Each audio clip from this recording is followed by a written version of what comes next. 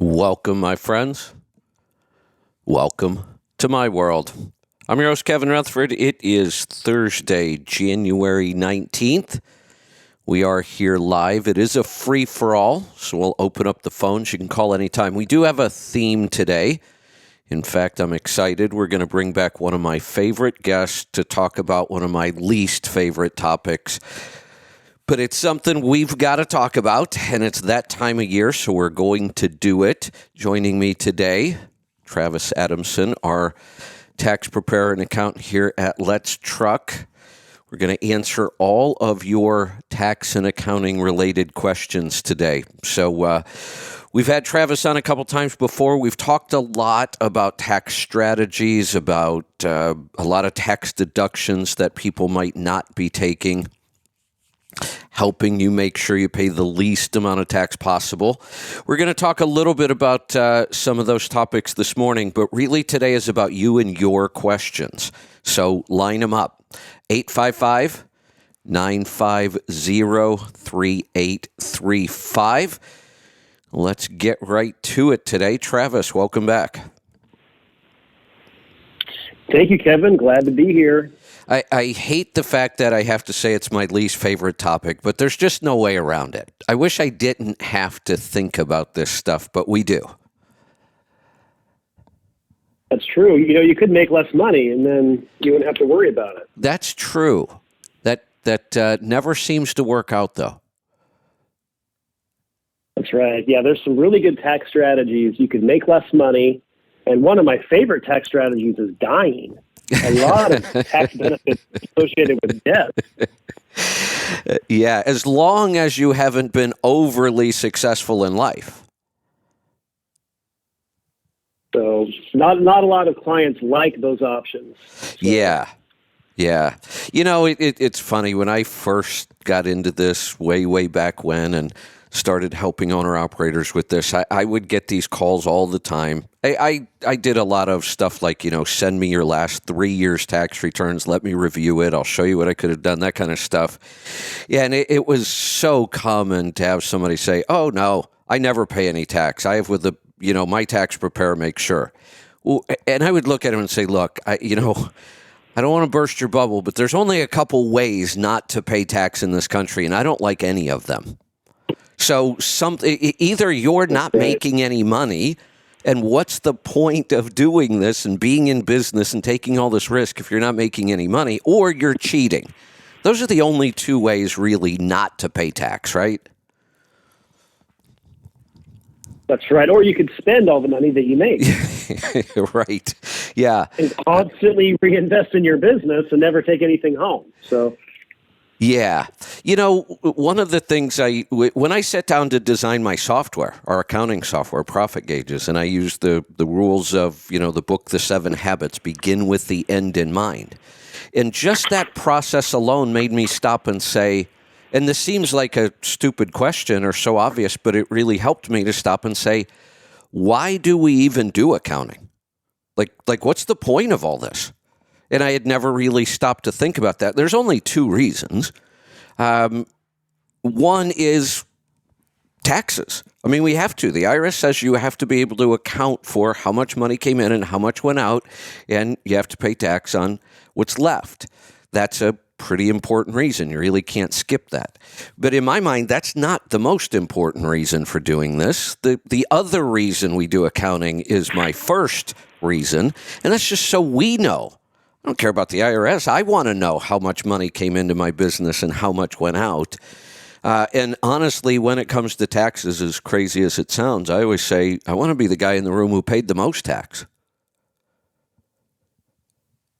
Yeah.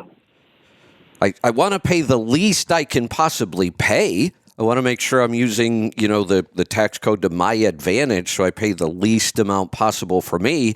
But the more tax I pay, the more successful I was that year.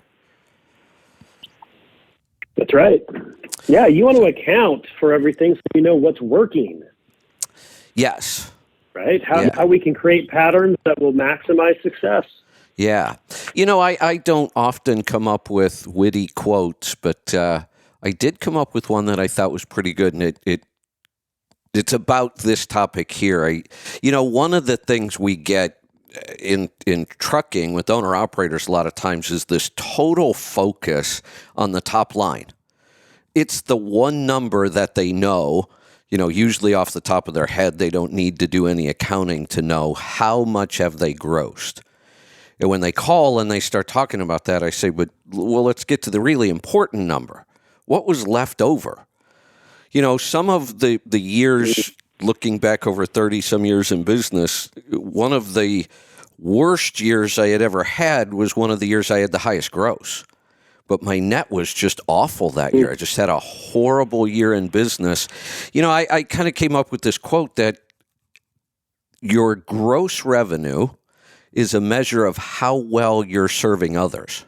How well are you serving your customers, your clients? That's what brings money in. And if you do that well, you'll bring in the gross revenue. So gross revenue is a measure of how well you're serving others, but net revenue is a measure of how well you're serving yourself. Right there. And you have to do that, or you're not going to be in business long, or you're just going to waste a lot of time. And being in business is hard. It's risky. I want to be rewarded for that. No doubt.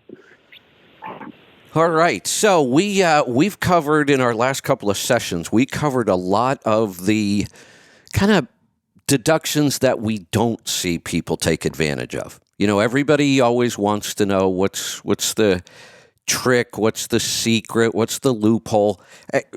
None of these things are tricks or secrets or loopholes, right? They're all just written into the tax code. All we have to do is go read the code, right? That's right. And a lot of it is not even, written into the code as far as deductions. The general statute for deductions says that your business deductions must be ordinary and necessary. It's subjective. Yeah, very It depends subjective. on your scenario, on your fact. Yeah. So you have to build a case, if you want to deduct something, that it is an ordinary and necessary expense towards your business. Yes. And if you're comfortable doing that, you can take a position that something's deductible. That's how it works. Exactly. So a couple things we talked about some of those more unusual. It's obvious if we walk into a shop and we buy a part for our truck that's deductible. That's the people who miss that kind of stuff miss it because they don't have a good accounting system. If you're waiting till the end of the year to try to gather all this stuff up, you are going to miss things. It'll happen every time. The deductions we're talking about aren't necessarily quite that obvious. We talked about things like paying your children, which is just an awesome strategy. And I'm actually, with you and I today, we kind of decided on a theme. We wanted to talk about like investing and retirement accounts and how those things affect taxes, help people with that. So paying children, there's another strategy we can tie that into that I absolutely love. Hopefully I'll remember to come back to that. So this is one that's not quite so obvious. I've worked with tons and tons of tax preparers who never think about this, never tell their clients about it. And this isn't some weird loophole. There is no second tax code that, only certain people know about. Everything in the tax code is written in there. We can go figure it out. But these are some where we have to do a little more creative thinking. So the IRS put in these different rules about employment when you employ your children, your grandchildren, stepchildren. There's a list of people that qualify for this, but they make it very, very easy for a business owner to hire their own children. And there's some pretty significant tax deductions to doing this. So we covered things like that, and just some of the things we don't see people taking. A deduction when you own a small business and you go on vacation. Again, the IRS has pretty clear rules about this. We're not making stuff up. The IRS says if you're on vacation and it's mixed business and personal use, they give us all the rules on how to deduct that, right? Correct. Yes. So those are the kind of things we've covered so far. And hopefully everybody was taking notes. If not, you can go back and listen to those shows. Make a list, take it to your tax preparer. Although, every time we do a show like this, and I do it so we can help educate people, because I want people to learn and do better, but I always struggle a little bit with this part of it. Like, take this list back to your tax preparer. And then my next thought is, why the hell should we have to educate our tax preparer? Isn't that what we're paying them for? Should be. I agree. Yeah. So it always, I love doing these shows to help people, but it always kind of bothers me that, we're telling them, hey, take this back to your tax preparer, when what you should really be thinking is, why didn't my tax preparer bring that to me? Yeah. Oh, yeah. Yeah, I agree. So the other thing I'll tell people is just because you've had a tax preparer for a long time and your buddies, and this is pretty important. You could either waste a lot of money on taxes, or you could save a bunch if you know what you're doing. So if nothing else, just get a second opinion. Get somebody else to look at it and see, and here's kind of the story of how I got interested in taxes to begin with. I went through my whole first year. This goes way back. I was 22 years old, bought my first truck. I did understand that I had to pay my own taxes. I at least got that part. But in my head, I was looking at tax returns prior to this and thinking, okay, taxes seem to take up somewhere about 10 to 15% of what I gross. So I thought, if I'm putting aside, 10 to 15%, I should be pretty safe with this. And I didn't do much else throughout that whole first year. And then the year ended, and I go to my tax preparer, and I had saved maybe about $4,000 that year. And I hadn't made a bunch. I was new. It was local. It wasn't a whole year. I'd saved about $4,000. I go to the tax preparer, and I've got a $12,000 tax bill. I said, what the hell's this? How does this make any sense? And that was when I got my first lesson on Social Security and Medicare and all these other things that change when you're in business. And I didn't have the money.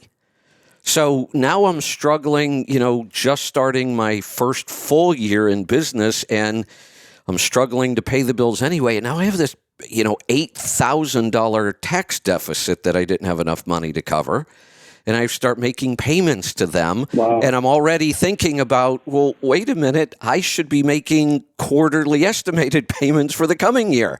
And I didn't know anything about those. So it was a pretty rough start.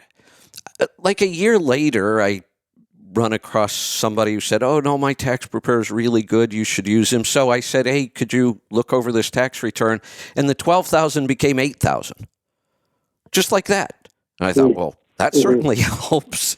And then I found another tax strategy that actually worked way back then. We were taking part of the revenue and actually showing it as rental for the tractor. And we were basing this off of that two-check system, where sometimes companies will hire an owner-operator, pay him as an employee, and then rent his truck from him. And we kind of used that model and moved some of the revenue over to the Schedule E as rental income and saved a bunch of self-employment tax. And it worked for years till they changed some of the wording on that. But I ended up getting that tax bill down to closer to about $6,000. And I thought, well, this is just crazy. What if I just would have paid that $12,000 and went on and then did it again next year? That's enough to put you out of business sometimes. Yeah. Oh, yeah. I mean, and every year after that, right? Exactly. You could just, in oblivion, just continue on without minimizing, that bill. You start to look at that bill next to some of your other expenses. It's one of the larger ones. It is, right. And it's one thing when I pull up to the pump and put fuel in my truck. I know it's expensive, but that's what gets my truck down the road. That's how I go make more money. I have to write this big check to the government at the end of the year, and I kind of feel like, well, what exactly did I get for that? That's right. What I get is frustration at the way they spend it. That's what I get. So that was That was what got me interested in this. And I just started doing a lot of reading and, talking, and actually went and started breaking open the tax code myself and started looking at a lot of this and thought, this, as much as I don't want to deal with all this, I have to. If you're going to be successful in business, you have to understand this and you have to stay on top of it. Now is the time. I know we all hate this. We'd rather just go, do what we do and get back to business, but take your time and get this done once and then set up a pattern from now on. Get this done early, get your numbers in, get a second opinion. If you haven't done that in a couple of years, get a second opinion on what's going on, get a good accounting system in place, and then take care of this early. Just get in and get it over with before, tax preparers like you are chained to your desk and, working 24 hours a day, which happens during tax season, I think. Yeah, that's all good advice. I totally agree. All right. So let's now, if anybody has any questions on those other deductions we talked about, things like taking a deduction for vacation, paying your children, personal vehicle miles, home office deduction. We talked about some strategies about possibly renting out your home. We talked about a lot of things that could save you a lot of money. If you have any questions about those, pick up the phone and join us. Today really is about you. All right, Travis and I could talk about this stuff all day long, but I think it works a whole lot better when you ask the questions and we talk about your personal situation. So line up the calls, 855-950-3835. So Travis, you and I talked a little bit and decided let's talk about investing and retirement accounts and things like that, how they affect taxes. What do you think? Yeah, I was thinking about what we wanted to talk about, and there's a bunch of different tax rates on different types and different characters of income, and they can vary widely. You hear a lot about the top tax rate. On federal income tax, the top tax rate right now is 37%. It's up there. It's been higher in the past. This is actually a comparatively low top tax rate compared to what we've seen before. Yeah. But a lot of people don't understand the lowest tax rate in the code is 0%. There is income that you can earn that is taxed at 0%. Wow, I want more of that. Capital gain income, and there's qualified dividend income. And if you're in the first two ordinary brackets, so if you're a married filing joint couple, those first two brackets extend up to about $80,000 to $85,000 in taxable income. If your income that's taxable, that's after your standard deduction or your itemized deductions, etc. That's after all your business deductions that net your business down. If you're in that range, then to the extent your income includes those qualified dividends or long-term capital gains, the tax on those is 0%. And so if you sold your business and you took it on a contract and it's all long-term capital gain and you only had $100,000 of capital gain in a year, and you're married, and that's all of your income, well, after your standard deduction, you're going to be at 0% tax on all of your income.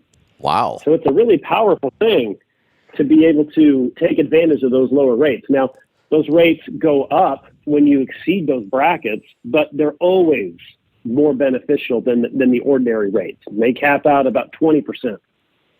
And so while you could be at 37 on your ordinary income, your interest or your wages or your rent, if you have qualified dividends or long-term capital gains, you're going to be at 15 or 20 or possibly even 0. And so managing those tax rates can be powerful. And how do you get there? Well, you have to, they write the tax code to incentivize long-term investment. And so a long-term capital gain means you have to have held it for over 1 year. Qualified dividends, you have to hold on to the stocks for a time period. You can't just pick them up just to receive the dividends and then dump them. But if you're more patient and you're willing to do that, you can cut the tax on your gains in half or maybe even better. That's big. That's big. And, a couple things came to mind while you were talking about this. One, what you said just now, patient, long-term. Really, that applies to everything about money. That's really one of the lessons people would really need to learn about money is don't be in a hurry for anything. Don't be in a hurry to get a new car and you're willing to finance it for 8 years to do it. Don't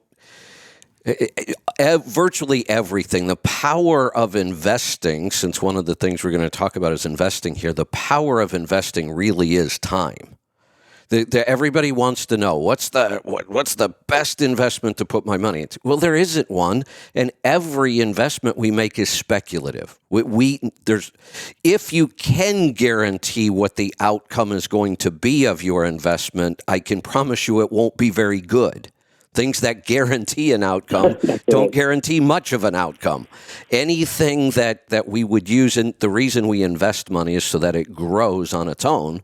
And anything we invest in has risk. We don't necessarily know what the outcome's going to be, but the goal here is to grow that money, and it really does require patience.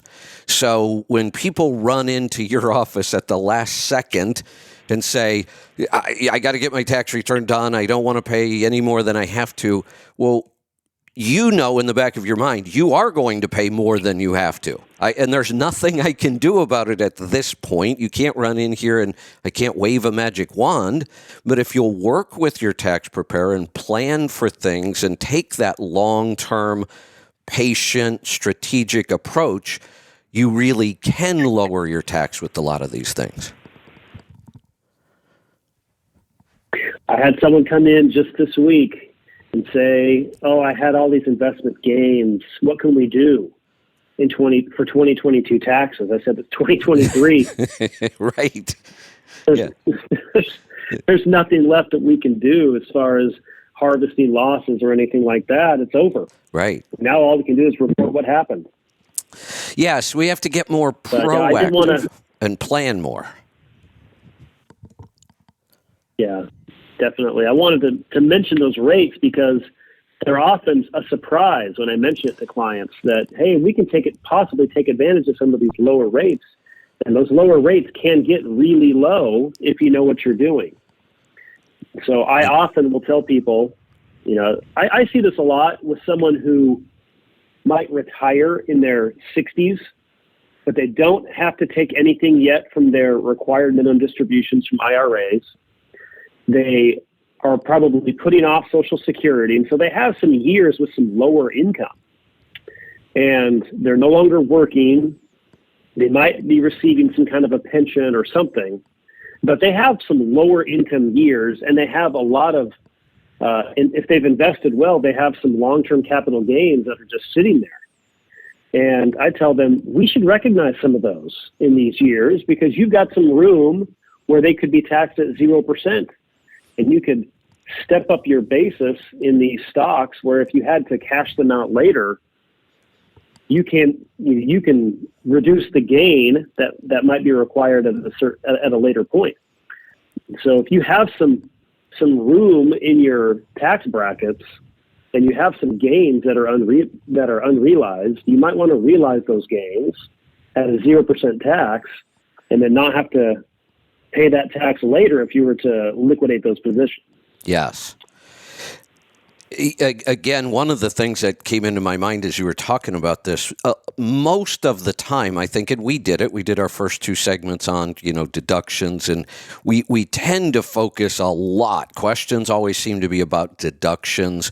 But I was just thinking as you were talking about this, how complicated the income side of all this is. And I hadn't even thought about it the way you just laid it out with all these different rates that have nothing to do really with deductions. This is talking about how we're going to tax different forms of income. And it is all over the board. I think most people don't grasp this concept at all. So I think the way you just laid that out really makes a lot of sense and gets you thinking. Another strategy. We know one strategy is take deductions, take credits, try to get rid of everything you can. But this strategy is a little different. This is saying we're going to focus on how each form of revenue is taxed, and can we move some things around and create some advantages. And this isn't a quick fix. This isn't something you can run in at the end of the year and say, oh, let's do this. This requires more planning and really working with your tax preparer, right? That's right. Yeah. You have to really know what your income is for the year, know what your potential sources of income are, and, let's take advantage of some of these lower tax rates. Yes, I love that. Now, let's jump into, kind of investing and let's talk about some retirement accounts. Isn't it crazy how, I think back to when I first started doing this and how we were dealing with retirement accounts then, and I look now, 20 some years later, could they have complicated this any more? I mean, I try to go through the list in my head of all the different retirement accounts, 401ks, Simples, SEPs, Keyos, 403bs. I mean, we could just go on and on and on with all this goofy alphabet soup and numbers and codes, and just so that we can put aside some money for our retirement without it being taxed so heavy. How did we make such a mess of this? I think it's a product of just the political system, right? I mean, there's always some congressperson who's trying to reinvent the wheel and get something named after themselves, or it's not enough to just streamline a basic system. We've got to, I guess there are different types, for different situations as well. But yeah, like you say, it is incredibly complicated. The world of retirement planning, especially when you own a business, it adds a whole new wrinkle. But it does give you opportunities too. You have a lot of available products. Yes. Yeah, here's I think the big picture people need to know about this, and this is kind of what I saw. And this is, by the way, one of the things that you do have some opportunities after the year is over, that you can still have an impact on how much tax you pay. But I want to tell people, don't get too excited about this. You're going to be disappointed, and usually the people who need this deduction can't take advantage of it, and I'll explain why. People run in at the last minute. You do their tax return, you tell them how much tax they owe, and they go pale, and they start stuttering, and, well, I don't have that much money. What can I do? Well, at that point, the only thing left, really, there may be some weird stuff out there, but for the most part, if the year's over, we can still do some retirement contributions and lower tax. The problem is it doesn't lower it nearly as much as you would hope, especially if you're a business owner. You're kind of used to looking at business deductions, and roughly you get to about 30% is what a true business deduction is going to save you, roughly.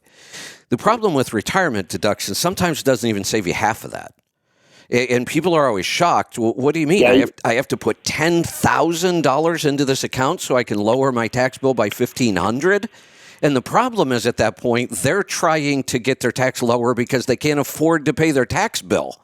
Well, I'll tell you, at that point, the last thing you should be doing, if you can't afford to pay your tax bill, you really shouldn't be investing, as much as I hate to say it. Yeah, you totally nailed it. Number one, a business deduction is worth more than a retirement contribution from a tax standpoint if you're subject to that self-employment tax, because that reduces both. A business deduction reduces both taxes.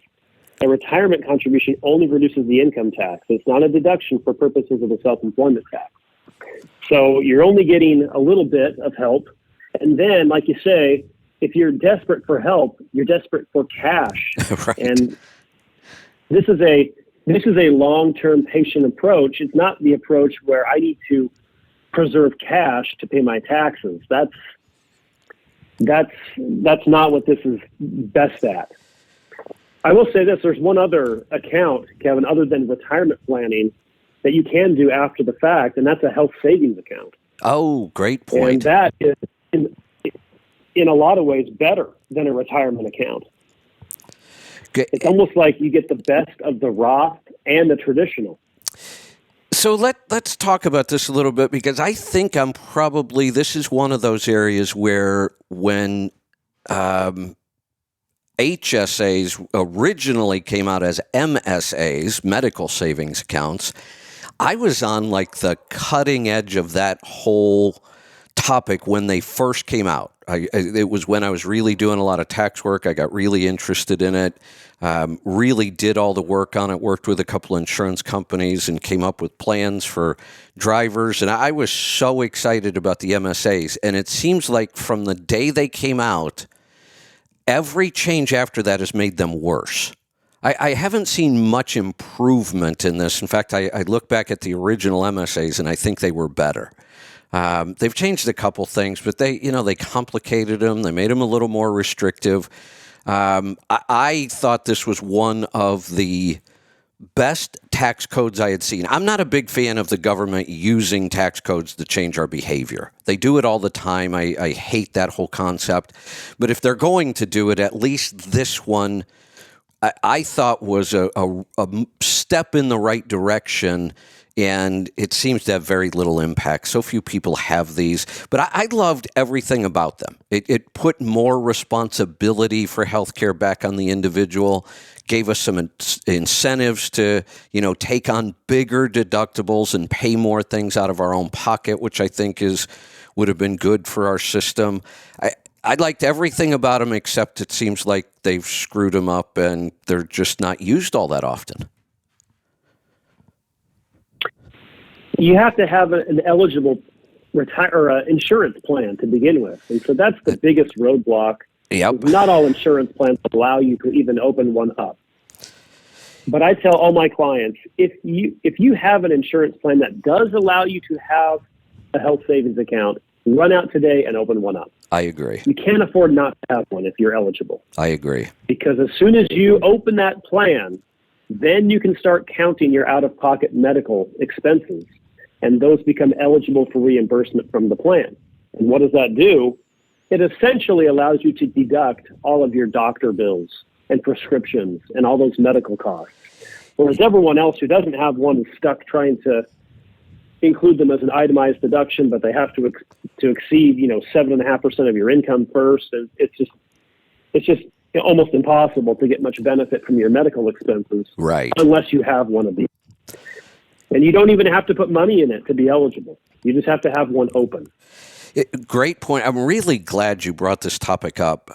Like I said, I go way, way back on this, and I've always been excited about it. And the last couple of years, really after Obamacare kind of changed everything around health insurance, and I went out, and I had an MSA way back at the beginning. I had the HSAs after they came out.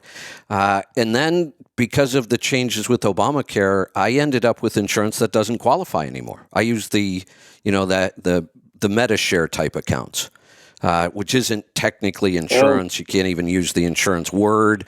I've had mine since Obamacare came out. I absolutely love it. It's my favorite health insurance I've ever had. I've been self-employed my whole life, so I've always had to go get my own health insurance. I've hated it, been frustrated with it. This plan that I have now is my favorite of all time, except for the fact that I no longer qualify for an HSA. That's right. Yeah, that's one weakness of the legislation, is that it does not include those sharing ministry type plans as an eligible plan. And honestly, if they would, I would say if I could, like I said, I love my health sharing plan right now. And if I could combine that with the HSA, that would be like about the best situation in all the time I've had to, buy my own health insurance, except because this is the way they write the rules, I can't do that. Makes me a little crazy. Right. And I guess I should clarify for all your listeners, you're allowed to still have an HSA. You're just not allowed to put money into it. Yeah, good point. You're allowed to still maintain your balance and, keep those funds, and take out of it and get reimbursed. You're just not allowed to contribute any longer, which is the big benefit. So, absolutely. So let's continue to talk about the HSA a little bit. I'm not as up on the rules as I used to be, but the way I remember it, they were pretty liberal and lax on what type of medical expenses could be paid for through your HSA. And you explained it. When we move the money through the HSA, there are big tax savings here. That's the whole point of doing this. So when we have... Oh, I'm sorry. Go ahead. I was just going to say, I can give you just real quick and your listeners the basics of how these work. So it's a savings account that you're allowed to put either your wages, you can divert your wages into this account, or you can just write a check into that account and fund it every year. And there's a limit on how much you can put in there. Right now it's about $7,300. They Nice. step it up every year with inflation. Yeah. That's for family coverage. It's about half that for just an individual. Okay. Once you put the money in, you get a deduction, whether that reduces your W-2 or a deduction that you take on your tax return. So now you've got money in an account and you have a deduction, similar to an IRA, where you put money in and you get to, and the amount is pretty similar too. Right. The difference is you're allowed to take that money out to the extent you've used it for qualified medical expenses. Qualified medical is the same definition they use for a deduction on your tax return for medical expenses. It's essentially anything that the doctor orders, prescription or doctor bills or whatever might come up medically. You cannot use these funds for medical insurance premiums until you're 65. And then you can use, what you have in there for like a Medicare supplemental plan or something. So one of the things that can get confusing about this, and I think hopefully we can clarify it here, we have insurance rules about what types of things your insurance will pay for or reimburse you for. It's easy to start getting those confused with what the IRS allows you to deduct. And there's probably a lot of crossover, but those two lists aren't the same, right? I wouldn't think so, no. And if you have an out-of-pocket liability, your insurance not going to cover something, all of a sudden that is something that is eligible for the HSA to reimburse you for. And I use the term reimburse, and it's not necessarily always a reimbursement, because like we talked about earlier, you can work backwards with the HSA. You can open up the account, and once you open your account, start counting receipts and keeping medical receipts. And then as long as you have those receipts, you can reimburse yourself at some point in the future. Good point. Because like we talked about, you can only put $7,000 in there in a year. Right. If you have a surgery that costs $50,000 out of your pocket, well, for the next 7 or 8 years, you could just fund the HSA, get your deduction, and then the same day that you fund it, reimburse yourself for that expense that you'd already incurred until you're fully reimbursed. Excellent. And you're getting a free deduction every year just for taking money, putting it into account, and taking it right out. I love that. Let's talk about this. So, we do a lot of health stuff. It's also a big part of what we do. And in kind of what we call the, functional, holistic, natural health world, insurance doesn't pay for much of anything. Even if it's a doctor. We work with several doctors. We have a couple of cardiologists we work with. And, when these guys were traditional cardiologists, if they wrote it down, insurance probably reimbursed for it. I mean, now they become natural and they're actually helping people live better and get healthier. They're not just prescribing drugs to them. And now insurance won't pay for anything. It's just insane. But that doesn't necessarily affect the taxes. So the types of things, a lot of our listeners are spending money on health-wise, supplements, infrared saunas. Can we make those kind of things deductible through an HSA? There is a lot of flexibility when it comes to the medical. The IRS does not want to get into a argument with doctors, and so they've kind of said if it's doctor required, we'll go along with it. For example, there's kind of a well-known exception for medical expenses. You could put a pool in if it's doctor ordered. You have to reduce your deduction by the increase in value to your home, but the installation of a swimming pool can be a partial medical expense. And so it can get pretty creative, but it is going to require, the doctor's orders. Got it. And actually, now that we have, more practitioners in the natural world, I think there is a real opportunity.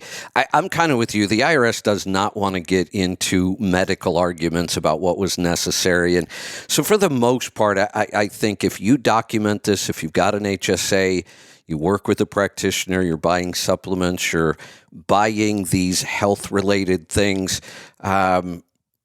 these are deductions. I mean, we might get a little aggressive on some of them, but I would. Here's another approach to this. And what do you think about this? Is there any strategy in this idea that maybe we could make a deduction even better? Truck drivers actually have medical requirements to be able to drive. Yeah, I have people come to me all the time because we deal with health. They have lost their ability to drive. They've let their health deteriorate to the point where they can't get their medical card anymore. The physician will look at them and say, no, I don't feel safe signing off and letting you drive a commercial vehicle. And it's the physician's discretion. There's a lot of leeway in the rules on this.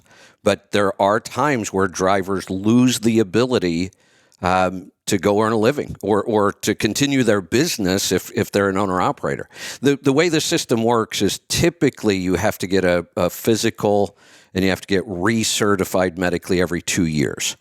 But if you show up and your A1C is high and your blood pressure is high, the doctor has the discretion to say, I'm only going to give you a certification for 1 year. And here's what I want you to work on. And then we'll look at it again in 1 year. They can give them a 6-month card, or they can give them a 3-month card, or they can just fail to qualify them, period. Does that create any kind of business tax deductions around health? It's starting to go down that road, ordinary and necessary. I mean, the IRS likes to think about health as being personal. And so, you might run into some issues deducting health-related things on the business. But the HSA, I think, is an easier standard to meet. It is. Because I agree. They're used to letting you deduct, personal health type deductions there. Another strategy, Kevin, that we often see with kind of some savvy investing type clients is they'll use an HSA like a retirement account. Yes. They will max out their contributions. They will hang on to receipts, and they'll hang on to receipts for 20 years. Right. Because you can invest the balance in your HSA tax-free. And so they'll use that like another retirement account. But it's almost the best because when you put in, you get a deduction like the traditional. But as long as you hang on to your receipts, you can take it out in 25 years like a Roth. Absolutely. Yeah. It's tax-free on the back end. Yeah. Really is one of the more powerful tax strategies and yet not used all that often. Correct. Yeah, I highly recommend. I tell all my clients, if you qualify for one, you have to just go open one. You have to. You can't afford not to. Yeah. Great point. All right. So we've got some calls coming in. What do you say we take them? Let's roll some calls. All right. Let's go to Utah to get started today. Brian, welcome to the program.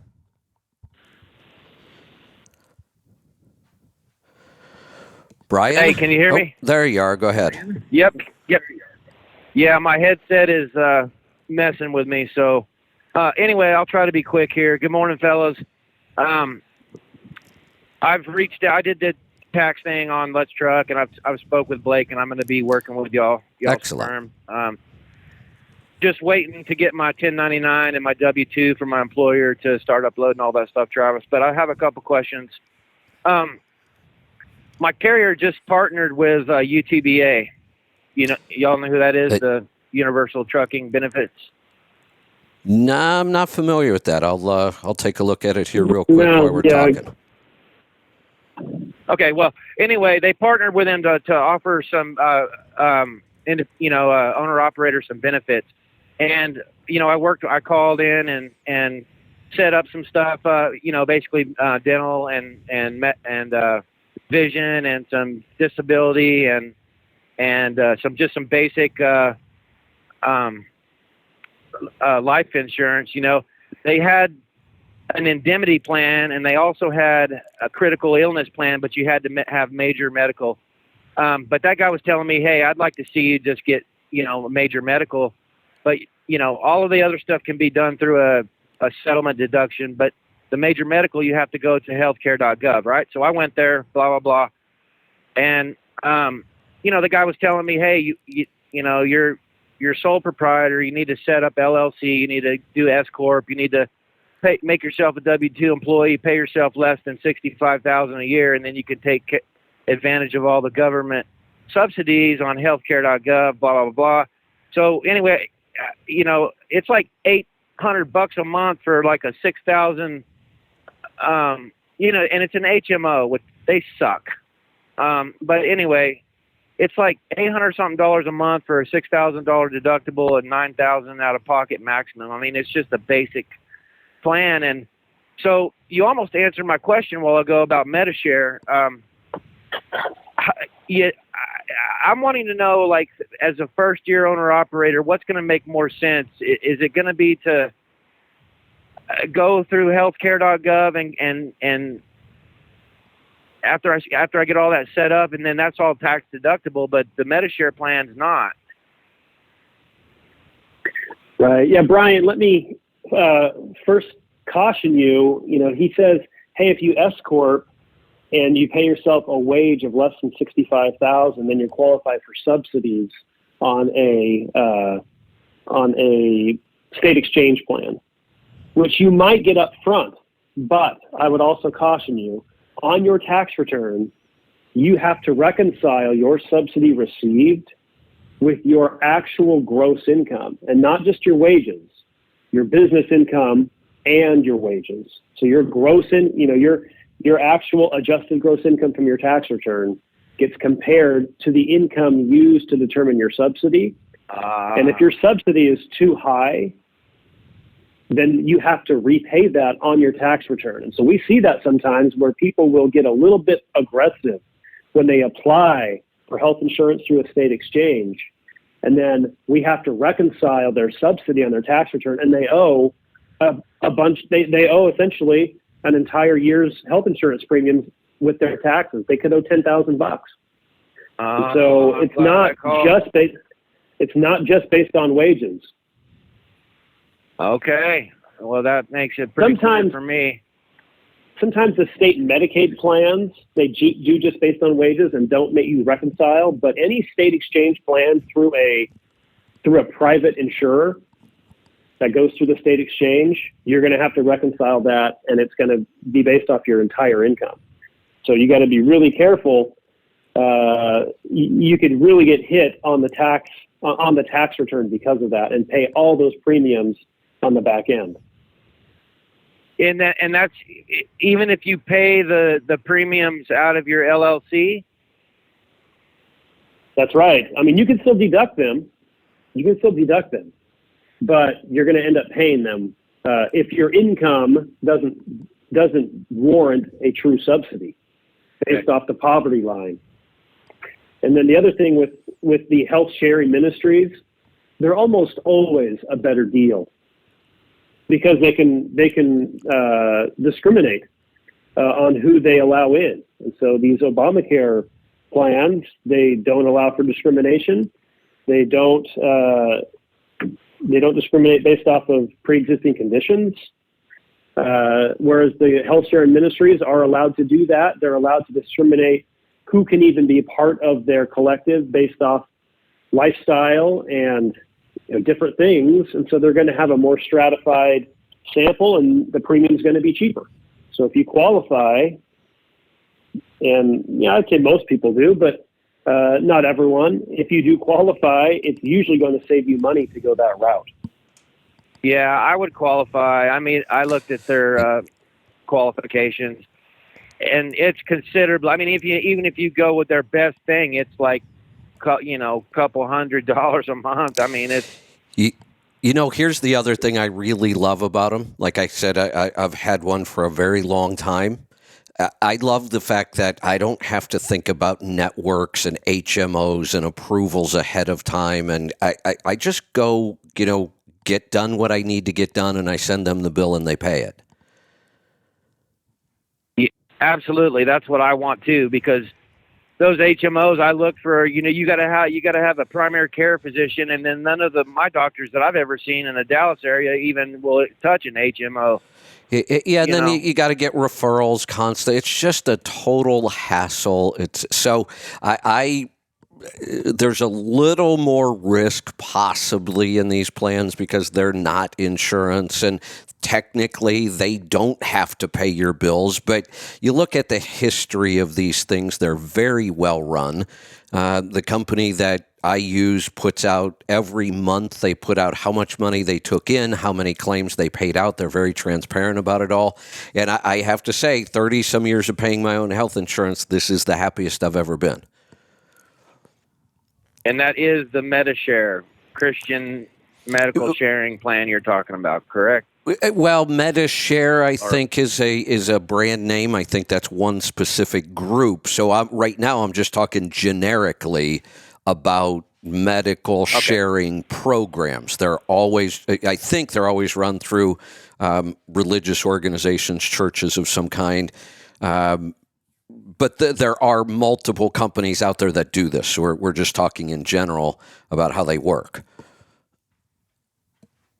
Well, I was Brian. go ahead. I would also add you want to do your research on those, because some of them will have a cap on coverage, and the cap might be $125,000, which sounds like a lot, but it doesn't always. I mean, the reason you want insurance is for, like, say, major medical. And so you want to have something that's going to cover you in the case of an auto accident, cancer, something that could cost a lot more. And so you want to look at those caps and make sure that you're managing your risk with the product that you end up getting. Okay, I understand. Could I ask you one more thing real quick? I forgot to ask Blake about this whenever I talked with him, but if I'm domiciled in Amarillo, Texas, and I'm living in an RV and working out of the Dallas terminal, is any of that, is any of that tax deductible? Say that again. Are any of your living expenses tax deductible? Right. Like, I live in an RV park. I'm living out of a fifth wheel. It's not where I'm domiciled.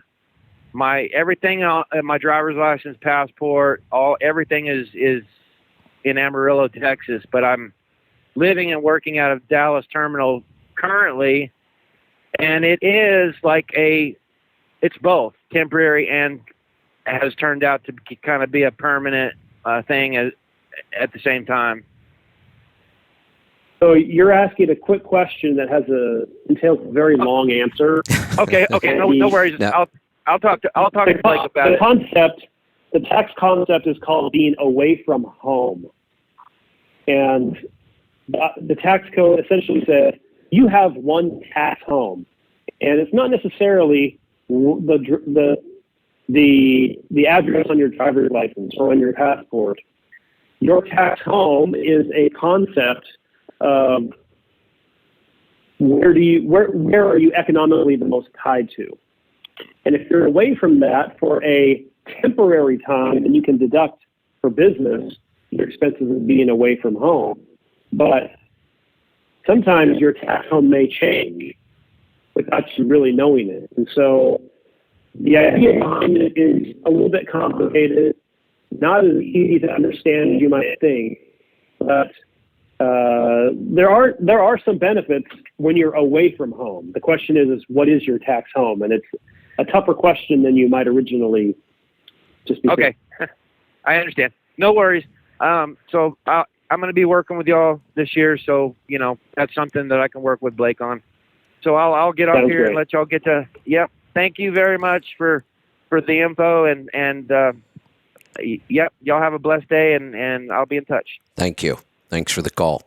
Let's go to South Carolina. Terrence, welcome to the program. How's it going, Kevin? How's it going? I got a question. So the company I used to work for, I had an HSA, and I was in Wisconsin. I moved to South Carolina, and I still had some money in there, but then I closed the account. My question would be, does the health savings account, does it have to be in the state where you live? Or once you have one open, can you keep just contributing to that account? It does not have to be in the state where you live, and you can keep contributing so long as you qualify to contribute, meaning you have a health insurance plan that is compatible with an HSA. Okay. All right. So I got to find out if my plan I got down here allows me to have a health savings account. Travis, that's right, and that only counts for contributions.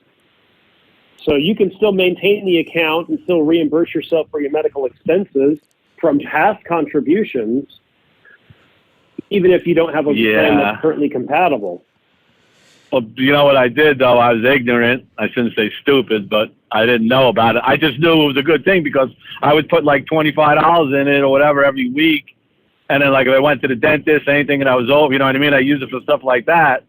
It worked out great, but I really did not, like I said, I was ignorant. I did not understand how it worked. Now, listening to you guys, I'm like, well, damn, if I would have kept that open, like you're saying, as long as once I had that account, even if I changed, like, employees, that money, even though my present state insurance wouldn't allow me to have it, I could use that, like you said, down the road for future stuff for my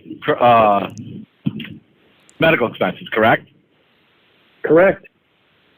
Okay. Well, I closed it, so all right. I just wanted to lighten myself on that one. So if I can get one, if that's the best thing to do, just do like you said. Put money into it, and the money's always going to be there. I can use it for the 20 years from now. Definitely. Okay. All right. That's a big help. I appreciate it, guys. I'll let someone else get in there. Thank you. You're welcome. Thanks for the call.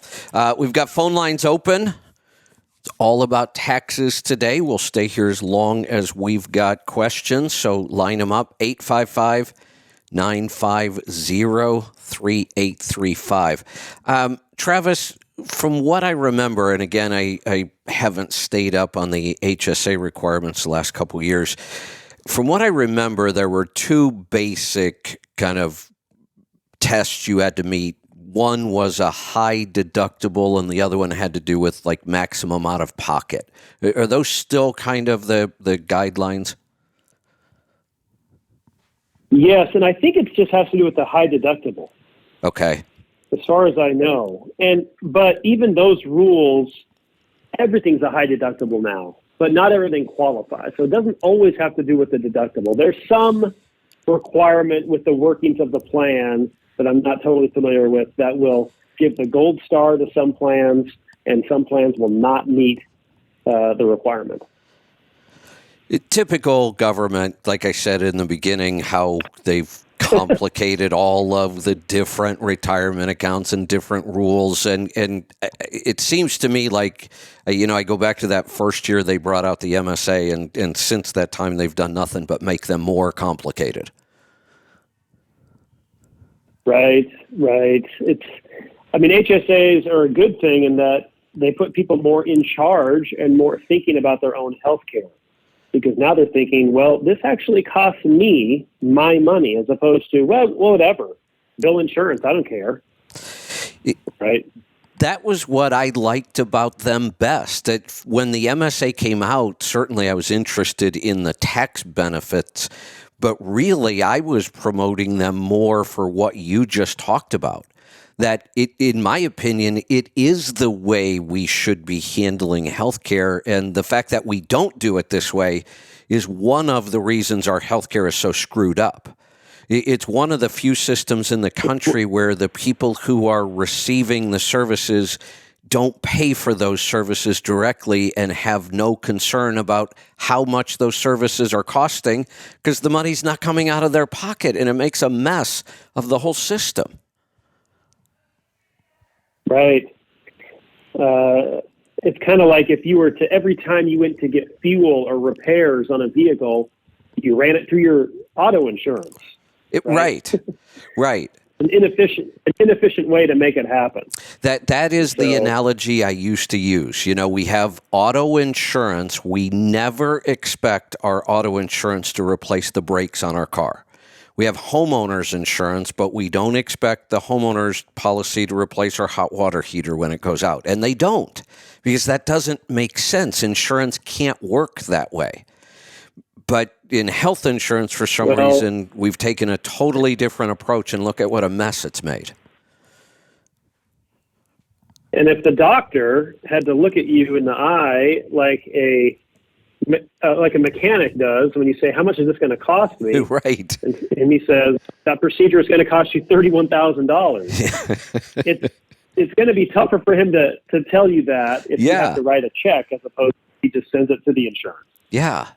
So the efficiency would be there. And it is one of the good things about the sharing ministries is that the closer you get to being a cash payer, the closer we get to that more efficient system that we're talking about. So those have been a good thing as far as putting people more in charge and more involved in their healthcare in general. And here's one of the other things, and I kind of knew that this went on somewhat before I had an HSA or the medical sharing, really. But now I see, I'm kind of blown away by how much this goes on and how willing healthcare providers, doctors, all of them, how willing they are to negotiate when you're paying cash. Yeah. It's crazy. Lisa's just like the master negotiator. She deals with all of our vendors, all of our contracts. She negotiates everything for us. And it is hilarious to watch her with this medical sharing. Every provider, she negotiates with every single provider, and she negotiates hard, and they accept it all the time. Wow. Yeah, another advantage. It's one thing to say, oh, well, I don't care about that. My insurance pays for it. Yeah, except that's a horrible system. That's what got us to $80 aspirin in the hospital. Exactly. And like you say, doctors, they don't enjoy it either. No. Billing Medicare, billing Medicaid, dealing with even it's an issue with doctors just to be approved to bill certain insurances. And so it complicates the system on both sides. Yeah, it really does. So that was kind of a unexpected advantage to this is, now that technically we pay for everything out of our pocket and then we submit it for reimbursement, that gives you the opportunity to negotiate those rates. And like I said, I'm just blown away by how much they're willing to negotiate. It tells you that they hate this system too. They don't like this. I don't blame the doctors for this. This is the insurance company and the government that's made a mess of this. Correct.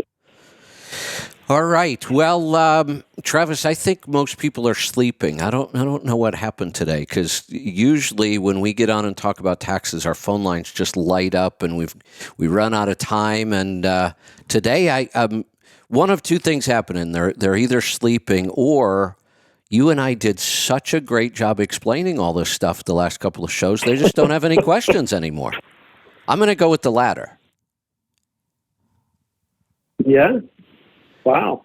I know. So we answered all the tax questions. It's kind of like getting to the end of the internet, isn't it? Let me ask you, Kevin, what do you think about real estate as a tax efficient way to invest? Great topic. In fact, I need to talk more with you about this, not now in the off season, because really, and I've talked about this on the air. I was, for years, I invested into the stock market through retirement accounts and things like that. And a couple of years ago, we really kind of liquidated a lot of stuff. Moved a lot of stuff out of retirement accounts, still have a couple left, not a whole lot of money in the market at all, and really started to invest in real estate. And it wasn't necessarily because I thought it was a better investment, although the more I get involved in it, the more I do feel it is better. But my real reason for doing this, for making the big change, honestly, I was just really bored with the stock market. I kept looking at this money in there, and I'm like, I love the fact that, I've been able to accumulate this, and it's doing well, and my returns have been good. The last decade's been good in the market. But I thought, all that money's sitting there. I get like zero enjoyment from it. It's just there. It's just numbers on a piece of paper. It doesn't even really feel like I have that money. And I just wanted to be more active, but I didn't want to do things like day trading. And so, I wasn't interested in that. And then I started thinking, let's play around with real estate, mostly because of where I live. I do not want some of the models like house flipping, not interested in that at all. Not interested in long-term rentals where I'm dealing with tenants all the time. That just doesn't interest me at all. So I'm looking at a couple different ways of investing. Some just realizing that where I am, real estate is very limited. And at some point, in the town I'm in, it could disappear completely. Because we're in a national scenic area, the town is not allowed to grow. The borders are set. They'll never change. Once the real estate is kind of taken up within the little town and it's small, there won't be any more. So when you understand supply and demand, there's an opportunity there. So some of the stuff we're buying, we're just, picking up great deals on property right here in town and just holding it. Or using it for a garden. I bought a buildable lot next to me and turned the whole thing into a garden. But then we're also looking at properties around other parts of the gorge. We bought some property over in Washington that will probably turn into vacation rentals. Not long-term, but vacation rentals. So I need to sit down with you and talk about going forward. We're going to be doing more of this. How do we maximize all of this for taxes? And honestly, this is one of the areas where I don't have a lot of knowledge on tax and real estate because it wasn't anything I ever focused on. Yeah, and it's one of my favorites because conceptually, number one, like you say, when you have something that's limited, it's going to go up in value. And so you've got an appreciating asset, and when it appreciates, real estate, as long as you hang on to it for that over 1 year, is going to qualify you for those preferential tax rates down the road. And so real estate's a great move because the appreciation can qualify for capital gains. But here's what makes it unique. If you buy a building that you rent out or use for business in some way that's appreciating, even though it's going up in value, the IRS allows you to depreciate it, treat it as if it's going down in value, and deduct it. So you're kind of getting the best of both worlds. You're getting appreciation while you're treating it for tax purposes as if it's going down in value, and you're allowed to write it off. So it's very taxpayer friendly in that regard. Yeah. Almost the best that we have as far as, what other things can go up in value, and the IRS says, go ahead and write it off at the same time. Yeah, that almost never happens. That almost never happens. Go ahead. Oh, yeah, cash flow wise, you could be showing a healthy cash flow, but for tax purposes, it could be showing a break even after that depreciation deduction, and not to mention what you're looking at from an appreciation standpoint. Yeah. So and there's a ton of reasons that I like real estate from a tax perspective. like I say, I had never really thought about it till about 5 or 6 years ago when we, started looking at property out here and seeing some opportunities. So, now I'm a lot more interested. And like I said, I want to sit down with you after tax season and kind of, look at what we're doing and what we might want to do in the future. Here's another advantage to the model we're going to use, vacation rentals, or, if you wanted to use long-term rentals, I just don't want to deal with all the hassles of that. But a lot of people may not understand. Earlier in the program, we talked about revenue. The revenue on real estate is different, right? It is. Now, vacation rentals, if you're averaging under 7 days average, is going to be treated like a business, not like a rental business. And so you are looking at self-employment tax when you have, essentially Airbnb type properties where you're providing services. Okay. You're providing maid service, and so it's a pretty complicated side of things as to how does this real estate activity get classified for tax. There's a few things that have to go into looking at that. And there's half a dozen ways that your activity could get treated based off of the average rental rate, the degree of services you're providing. Got it. And so once we kind of get into that, we can see, but that could be a good thing because it can get you out of the passive loss rules. There you go. Yeah. Typically, if you show a loss for real estate, you just bank that, and you're only allowed to offset passive income with your passive loss. But if you're now running an active business with these vacation rentals, then it could get kicked out of the passive loss rules potentially. Yeah, there's a bunch of ways that could go this way and that way, but it's usually there's a lot of opportunity. Maybe we can get more into that. I don't know. Yeah. Next show or something. But yeah. You're right. That what you just said, applies in a lot of ways. That the more we hate that they overcomplicate a lot of these things, but sometimes that is what creates the opportunity. The more complicated they make it, sometimes the more opportunities there are to exploit that. Yeah, you just got to meet the rules. If there's a lot of rules, then got to dive into them and see which ones apply and which way you want to go, and then you can do your best to meet those.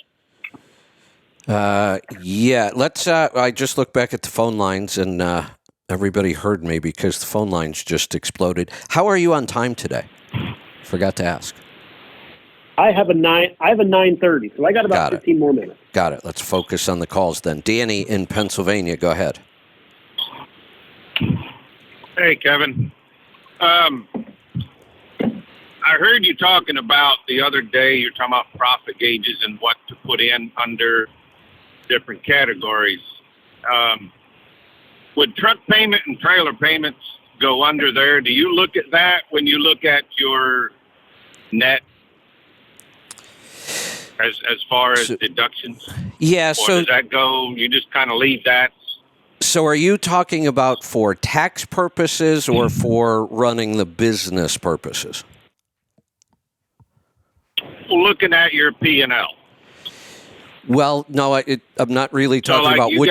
So we actually set up the reports in profit gauges differently, and we set up the reports to reflect how they would affect taxes. What I mean by that is in our business report, we show equipment payments as an expense. So we're showing the monthly payment as an expense because it's an operating expense. You had to take money out of your profit every month and pay that. So on a business report, we show that. On a tax report, we don't, because that payment is not tax deductible. It's an operating expense, but it's not tax deductible. Depreciation is how you get your deduction for the equipment, but a depreciation has nothing to do with real life cash flow. So that's why we treat them differently. Each report is set up so that it gives you the right information. A business report, I am concerned about the payment. That affects my how much money I've left at the end of the month. That's a real world thing that's happening. So it's on my business report. My tax report's going to look different because depreciation is handled differently. Does that make sense? Yeah, and that's how I've been doing it.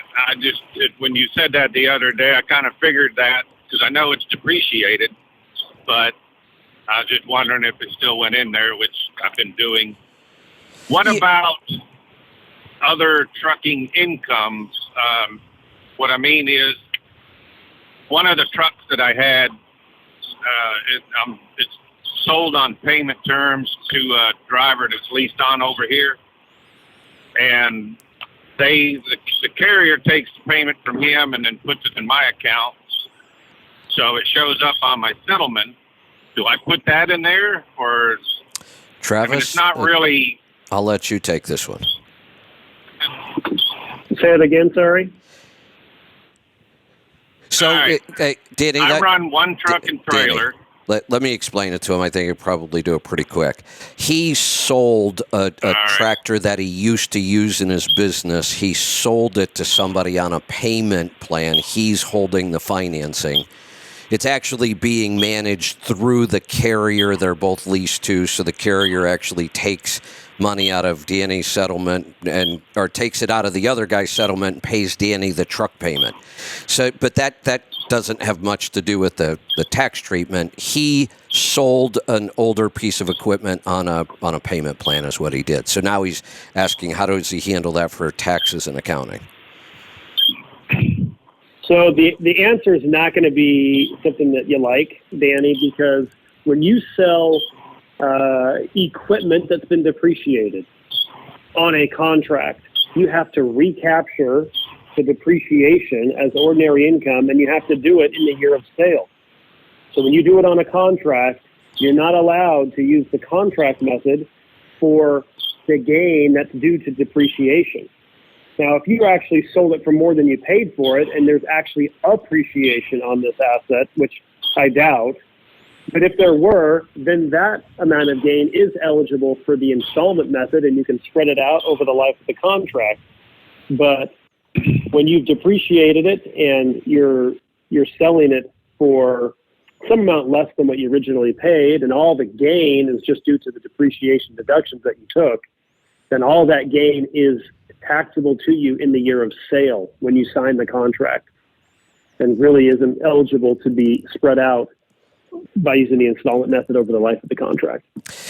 And Danny, I'll address how you enter this into, say, profit gauges or not. And one of the things we did with our accounting program was we broke a lot of accounting rules. And we did it on purpose. We realized that one guy running one truck does not have to account for things the way corporations do with, it's much more complicated. We try to keep it as simple as we can. This, to me, is the sale of this truck is almost like a distraction. So I would just rather keep it out of my accounting.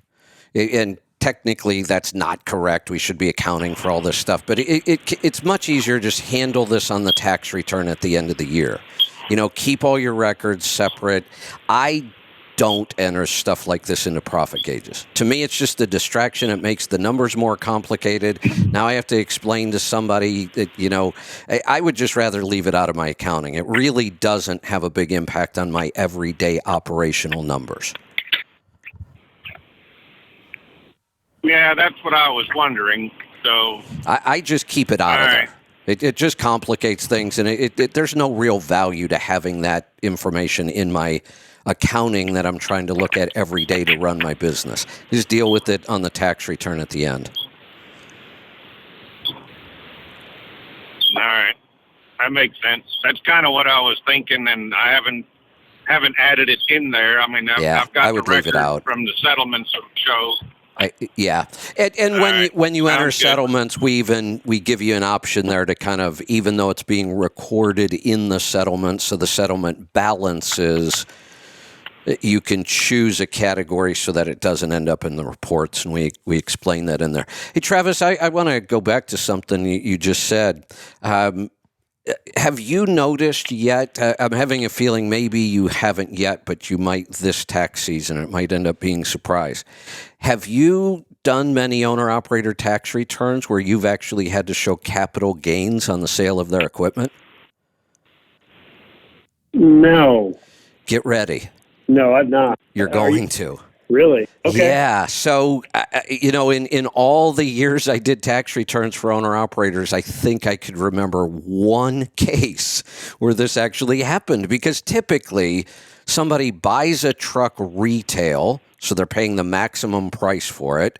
They use it a lot. They put a lot of miles on it, and then they trade it in, which is wholesale, or they basically kind of sell it at more of a wholesale price. And there's always a huge loss on this equipment. I mean, you paid $100,000 for it. You're selling it for $20,000. That's a typical scenario with a truck. So you said we have to pay tax on the recapture of depreciation, which is correct. And people always think of capital gains, and I have to tell them, no, this isn't a capital gain, not at all.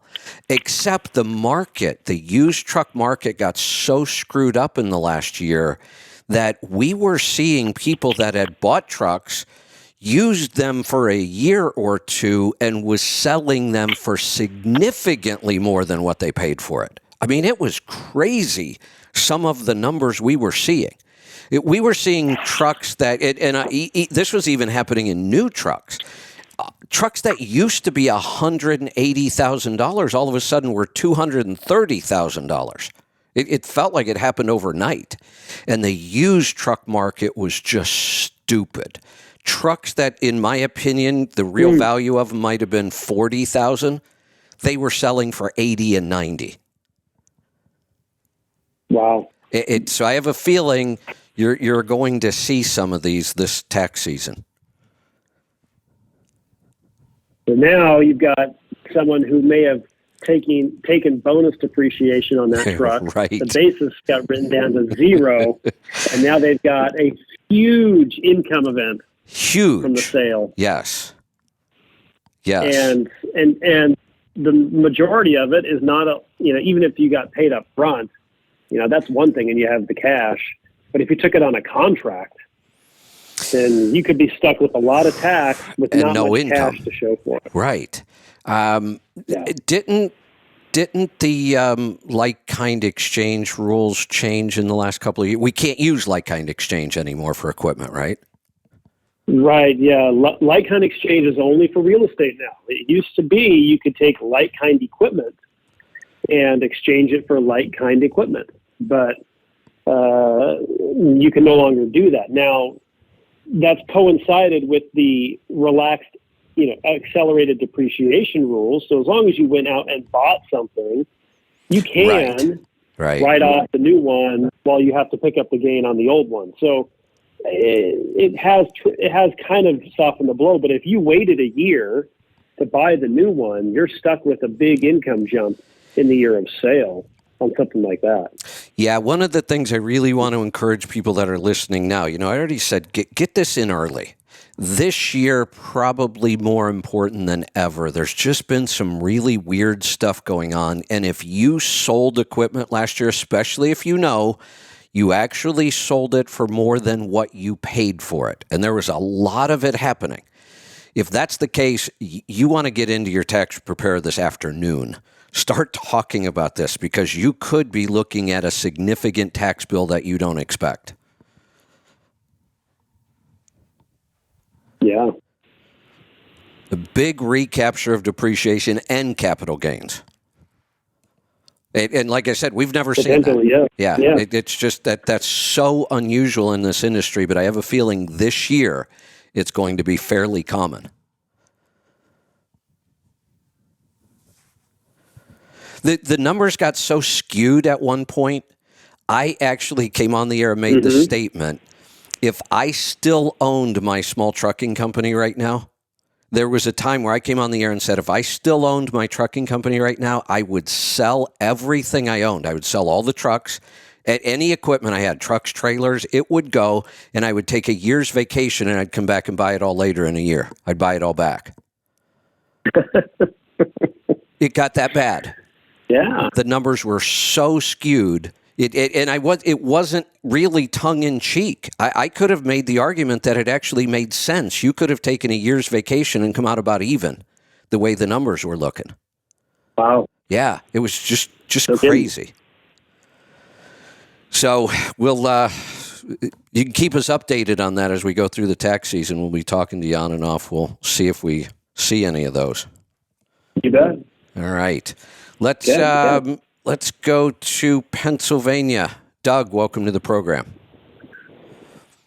Hello, gentlemen. How are you today? Good. What's on your mind today? I'm calling to get refreshed on deductibility of working vacations. Got it. Every year I take a working vacation in March in Louisville. Hold on a second. We don't really need the backstory, and Travis got about 4 minutes here. Travis, why don't you just jump in and give us what you can on this until you've got to go, and then I can probably wrap it up. This can actually get to be a pretty long answer, right? I would say, first of all, I don't like the phrase working vacation. The IRS is going to say you can deduct your travel expenses when you're traveling solely for business. So there's also, if you're traveling principally for business, so if you're doing some vacationing, but you're going to a place principally for business, then you can allocate your costs and say, all right, well, here's my days that I'm on vacation. Here's the days that I'm actually there for work. I can take this percentage of my travel because it's mostly for work. If you're there just incidentally for business, but you're there principally for vacation, they're not going to want to let you deduct much of anything except the direct costs for the business that you're conducting. And so you want to be careful about calling it a working vacation. You want it to be at least principally for business, if not solely for business. So if there's a reason that you're going to a place and it's business related and that's the whole reason you're there for all the days that you're there, then yes, you can deduct all of your costs. But if you're there and you're splitting days, or if you're there, if the business can be done from anywhere, you're going to have a hard time convincing an auditor that you're there, that is ordinary and necessary for you to be there for business. But travel happens all the time for business. There's plenty of necessary reasons to travel for business. You just have to make sure that the reason that you're traveling is a necessary business one. Gotcha. Doug, I think the best answer here, because Travis and I could honestly spend an hour or two on this topic talking about different scenarios and what would be deductible in each scenario. Some things might be, some things won't be. None of it's absolutely black and white. I think the real answer here is that if you are in business and you take vacations, and you should, talk to your tax preparer about it ahead of time. Just pick up the phone and say, hey, I've got this trip coming up, or I've got this conference I'm thinking about going to, or whatever. Just lay it out, and then just keep all the records. I mean, this is even something we could probably figure out after the fact, but trying to explain all these variables in a way that anybody's going to remember it, that it would do any good, is almost impossible on this topic. So the answer is yes. If you're going to take vacation and you're a business owner, we want to make it tax deductible. The best way to do it and do it right is talk to your tax preparer before you go.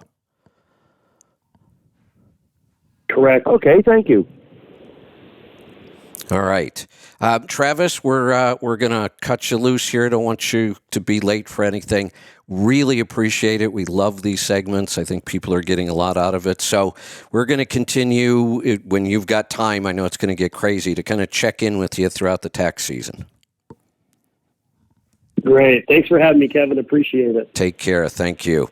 All right. We're, we will continue. As long as we've got questions, it is now going to turn into just a true free-for-all. We really were highlighting the tax questions there, but anything goes. I'll hang out here as long as we've got calls. So dial us up, 855 950-3835. It is a free-for-all now. Let's go to Texas. BJ, welcome to the program.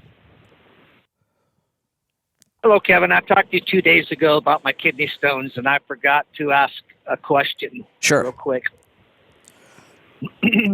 Of the things that I eat, I also munch on mixed nuts when I'm driving. And I know almonds, you said, and the mixed nuts that I have, I would say mostly almonds. Is there any other I should be aware of, or all of them? You know, nuts are kind of a tough category. You know, when we go keto or paleo, we tend to lean pretty heavily on nuts for several reasons. We don't talk a lot about calories because we don't worry about calories, but calories can tell us something. You know, higher calorie foods can be more satiating. They can impact our appetite. Now, if it's high calorie, high carb, probably not. But nuts tend to be high calorie because they have a lot of fat, lower carb. So we tend to lean on them pretty heavily. And then when we're getting rid of grains, we have found that nut flours, almond flour in particular, can replace a lot of those grain products we used to eat, like tortillas, tortilla chips. We can make, muffins and cookies out of almond flour. So we tend to lean pretty heavy on the almond flour, and we forget about that every time we have these products, like eating a couple big handfuls of nuts. So I don't necessarily tell people you have to avoid nuts. You shouldn't. I eat them. I got a pantry full of them, and I do eat, nut flour products like tortillas and that kind of thing. But I've been paying more attention to it and kind of cutting back some on it. And as far as nut consumption, just eating handfuls of nuts, I used to do it a lot in the beginning for several years. I've just really kind of gotten away from it. I do eat nuts occasionally now, but not nearly as much as I used to.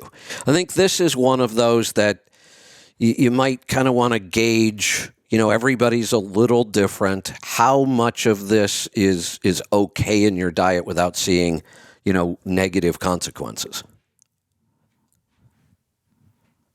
Right. That's kind of where I'm at. I'm just wondering, like I said, to contributing to kidney stones. Well, nuts have oxalates. And oxalates are what we are concerned about when we're thinking about kidney stones, gallbladder stones, gout-like symptoms. When we're eating really low carb, we should not be having gout symptoms, but we kept finding people who did. I went through a time where I had them. It's not really gout.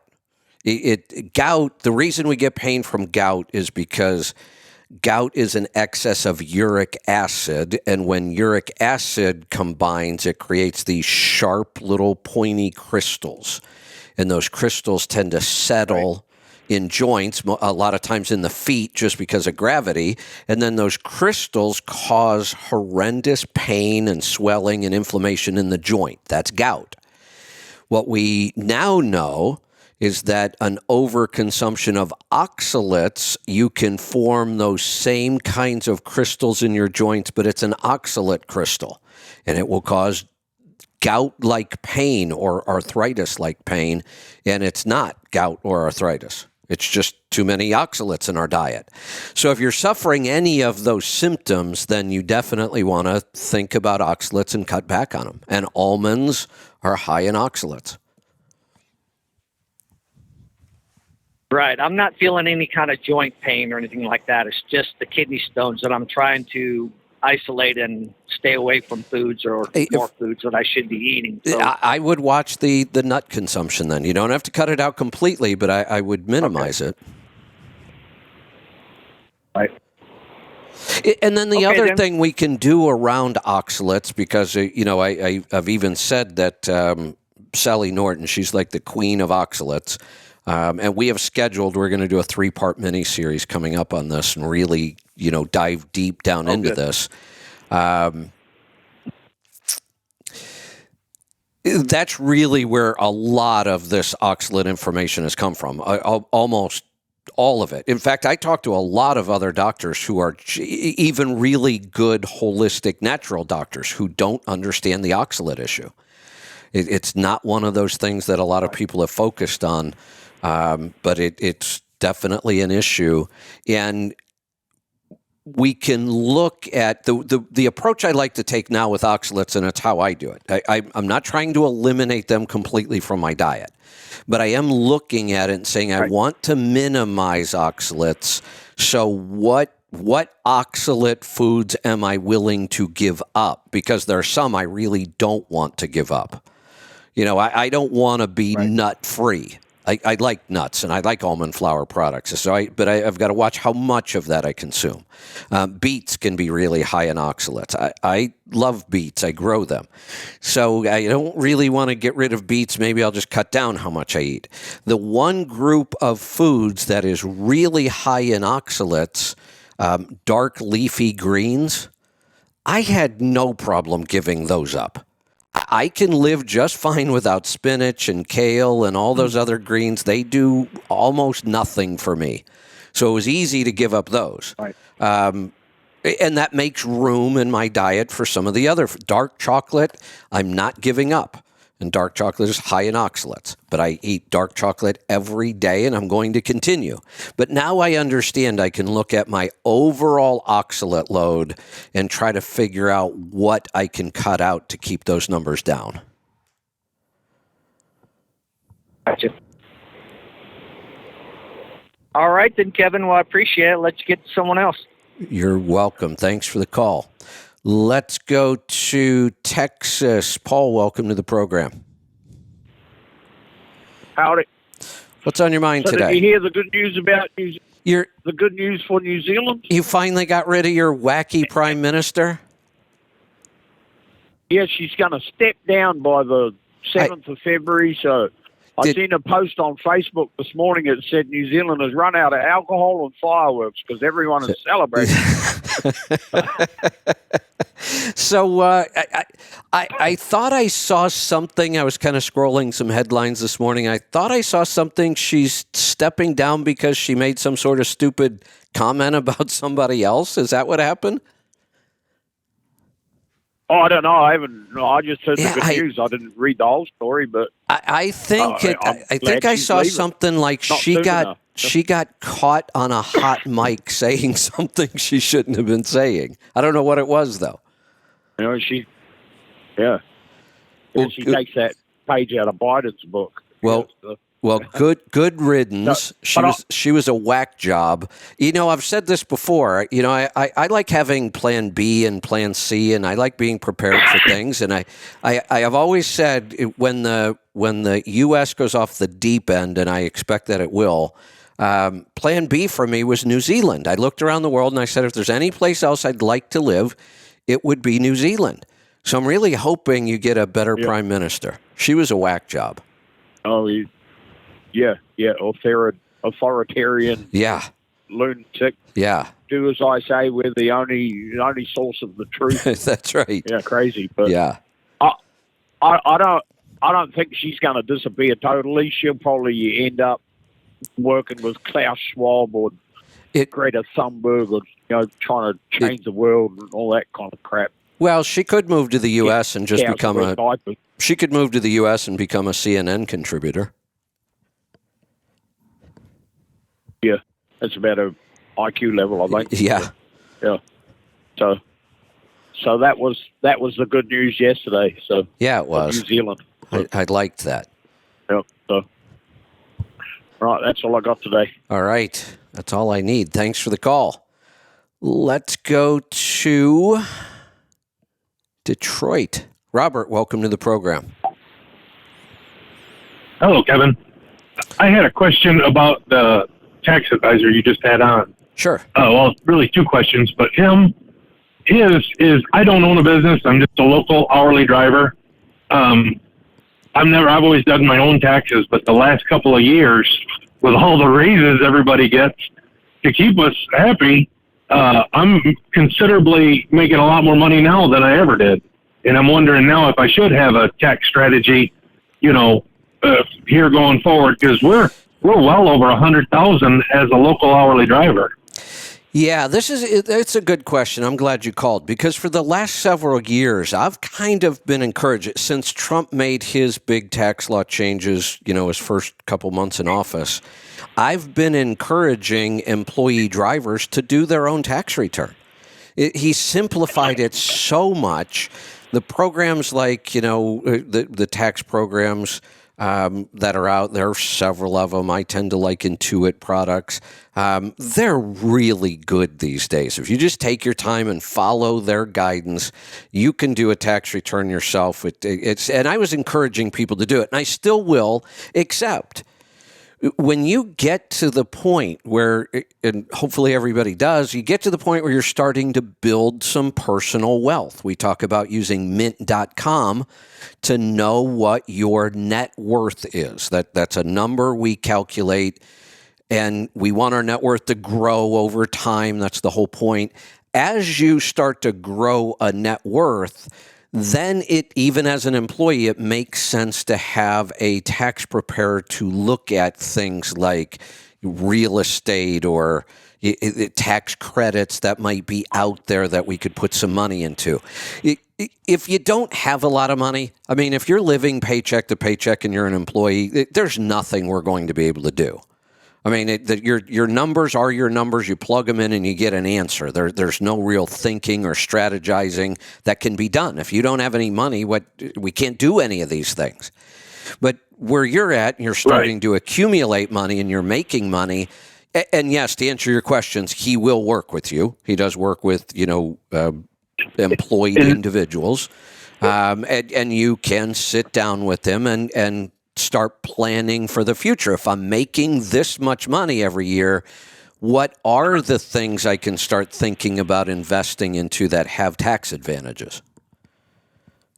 And that, like the health savings account, I've always thought that those were a use now or lose. No. By the end of the year, you had it. No. If you put that money in, so I never contributed. But now I could shelter money because I have those accounts. Yeah, this is where I get so frustrated with our government for overcomplicating things.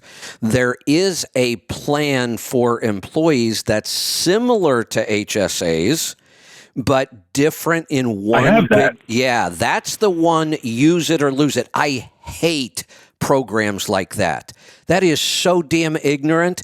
You're going to tell me that this is my money, but if I don't use it for something specific at a certain time, I just lose it? I hate stuff like that. And that has confused people about HSAs forever. They were in one of these plans. They assume an HSA is the same way. It's not even close. Just like Travis started to explain. And I would have to have him look at it. We can even convert our HSA money into retirement money at some time. We never lose it. Yeah.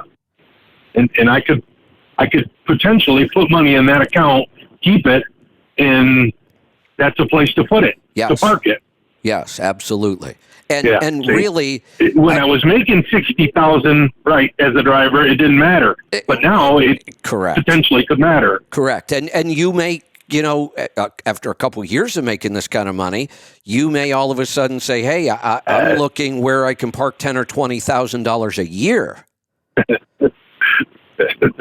Thank you. That's where we're getting to. Exactly. That's exciting, and we don't want to give any more of that to the government than we have to. All right. Yeah, okay. Thank you on that. And then my second question was hot honey. I take the sliced jalapenos from the jar. You just buy them in a jar on the shelf right next to the pickles. Okay. Pour the juice out and add the honey. Is that reasonable to do? It is. There might be something happening. There's something about fermenting that has always confused me a little bit. Fermenting and pickling are very similar, but also very different. We pickle things with vinegar. We just put them in vinegar and that pickles them. There aren't a lot of health benefits there. There's nothing wrong with it, but there aren't any big health benefits to pickling something. When we ferment something, we put it in salt and water, and there is the fermentation process turns sugars into acids, lactic acid. And vinegar has acetic acid in it. That's what it makes it taste acidic and, tart. When we ferment, we get lactic acid, which has some of the same things. It's an acid. It starts to soften the vegetable. We get that tart flavor. But now we have real benefits. We have the probiotics that are being made, and the process releases more nutrients. So then what happens, because I've seen recipes like this over the years where we're trying to ferment something, but it's got vinegar in it. And I've read some things that the vinegar can block the fermentation process if there's too much of it. So you might preserve the food. You might end up pickling your food when you really think you're fermenting them. So when you take those peppers out of that jar, even though you poured out the juice, they're still kind of saturated with vinegar. I don't know the answer to this question. I don't know if that's true that acetic acid might block the fermentation or not. So, and I've gone to look it up a couple times, and it's one of those topics, it seems like the more I read, the more confused I get. So I have avoided putting any acid into anything I'm fermenting until I'm done fermenting it. So I will ferment the hot honey, and then when I take those peppers out of the hot honey, I put them in a jar and cover them in white vinegar. Then now it's shelf stable because the pH is low. Then later on I can go blend that and turn it into a hot sauce. But to answer your question, I don't know how this is going to work if you tried to do it with a pickled jalapeno to start with, and that's what you're doing. You may just have to experiment and see what happens. Now, I can tell you this. And they've been fine. Yeah, you will get hot honey, and if that's all you're looking for, fantastic. That I can tell you that will work. You will get a product that comes out very similar to what we're doing. It's going to be thinner and hot, and flavors have changed. Are you fermenting the honey and the peppers and converting more of that sugar to lactic acid? I don't know. Or the prebiotic, the biotic part of it, if you're making that or not, because it was already vinegared. Right. Now and it killed it off before you even got started. Yeah, there are a couple of brands of hot honey already on the market. Mike's Hot Honey is probably the biggest that I've found. And when I taste that hot honey, it tastes nothing like mine. I can tell it's not fermented. Okay. They just put hot peppers into honey, and then their honey is pasteurized. So there is no probiotics. It's much, much sweeter than my hot honey, and it's still thicker. It tastes like honey. I don't get the fermented flavor.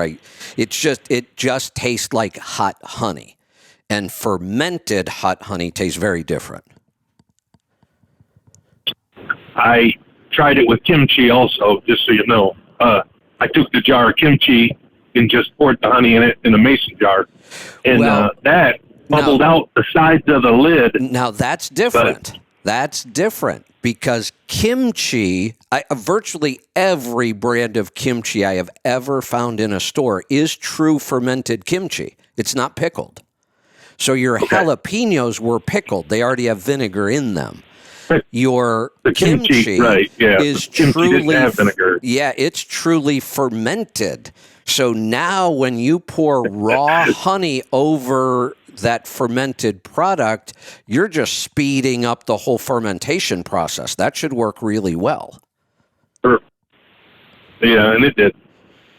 It softened. It changed the taste of the kimchi. You just have to find a product to use it with. I was just going to say, that's a really interesting thought. Kimchi honey. I may try that. Sauerkraut? Yeah. Sauerkraut does the same thing. I bought the Cleveland Kitchen sauerkraut. I ate all that because I'll add to burgers and hot dogs. it just makes a sweet sauerkraut instead of a sour sauerkraut. Yeah, actually, probably Yeah, a the little kimchi sweet was a and little different. sour. I got a little Yeah. nervous. Yeah, that's an interesting thought, though. I would like that. I make my own kimchi. I make it really spicy because I like it, really kind of blow the top of your head off hot when I eat kimchi. The idea of putting some honey in that and then fermenting it like that is kind of interesting. The new one is turmeric, ginger, and pineapple is what I'm going to shove in a jar next. Oh, there you go. And see what that, and then, that's the next one. But the pineapple, I would just slice that, right? I'm going to take a brand new fresh pineapple and shove it in, peel it and then shove it in, right? One of the things you do need to pay attention to when you start fermenting fruit. We also have to be a little careful of it when we're fermenting honey, but I haven't had it happen at all yet. When you're fermenting fruit, you could create alcohol. Okay, yeah. Yeah, and so we can lacto-ferment fruit, and if we lacto-ferment it, you're not creating alcohol. Lacto-fermentation takes the sugar and converts it to lactic acid. That's why we call it lacto-fermentation. But there's enough sugar in fruit that you could get some wild yeast in there, and then yeast will ferment that sugar into alcohol. So if you taste it, if it gets poppy like apples do, or correct, you'll taste it. Then Yeah, you'll taste it. Yeah, you'll taste it. Like just if apple juice goes bad. Yeah, okay. and as far as I know, there's nothing in it that's bad for you. You're just consuming alcohol. Right.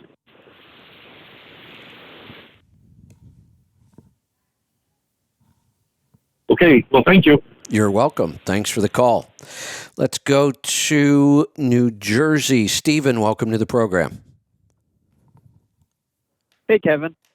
I wanted you to look at our numbers. Just it was a crazy year for 2022 for us and me and trucking. I've never had numbers that good. Wow. Yeah, boy, do I love this. I love looking at these reports and numbers that I could just a couple of years ago could have never imagined. Yeah, so let's run. I know, go ahead. Like we're leased onto a carrier. We get paid, our line hauls 56% of what we gross to the company. So that's 56%. Our fuel surcharge is 100, and then we get some accessorials that those percentages vary, but our line haul is only 56%. The company covers all our freight. Yeah, and I'm sort of running out of time a little bit here today. We have rolling toe coming up at 10, but I want to go through at least some of the big numbers here. Gross revenue. Now, we're talking about one truck, husband and wife team, and you guys didn't really work all that hard, not as a team. Not compared to Matt. Right. Not compared to Matt. Yeah, so you guys did 183, almost 184,000 miles. Matt did 150 some on his own. So you guys were part-timers, paid tourists. But on 183,000 miles, you generated $670,000 of revenue. That's incredible. I never in my life thought we could see numbers like that driving truck. And while we're doing this, working this, my wife is going through college, getting her master's degree for our future life out of trucking. I love that. That is so damn cool. So when we can make that kind of revenue and her going for her master's, insane. Absolutely insane, but I love it. So let's talk about the important number. How much was left? Almost $300,000. It just makes me smile. If you look at could change that number even drastically more. Our fuel cost is high. We're at was it 60 cents a mile? We're high on fuel. I don't really focus on fuel. And just hey, wait a minute. 67 miles wait a minute. Wait a minute. I have to correct my number. I forgot you're an S corp. You're paying wages. So your net of 292, I said almost 300. I'm wrong because you had 41.5 in wages. You're like $330 some dollars in profit. Yeah, that is just incredible. And we spent $80,000 last year on repairs and maintenance and whatever the truck needs it gets. But we lost a cylinder head last year. I have a one box because I got nervous about the one box quitting on us. And we've got 830,000 miles on the truck. I got a one box all bought and paid for sitting in a storage unit until the day the truck needs it. Nice. So I bought some parts that haven't even been put on the truck yet just because I didn't want to risk sitting for months at a time. No, that's because with that kind of revenue, I don't like sitting. Hey, let me ask you a question. I know both of you two have also done amazing things with your health.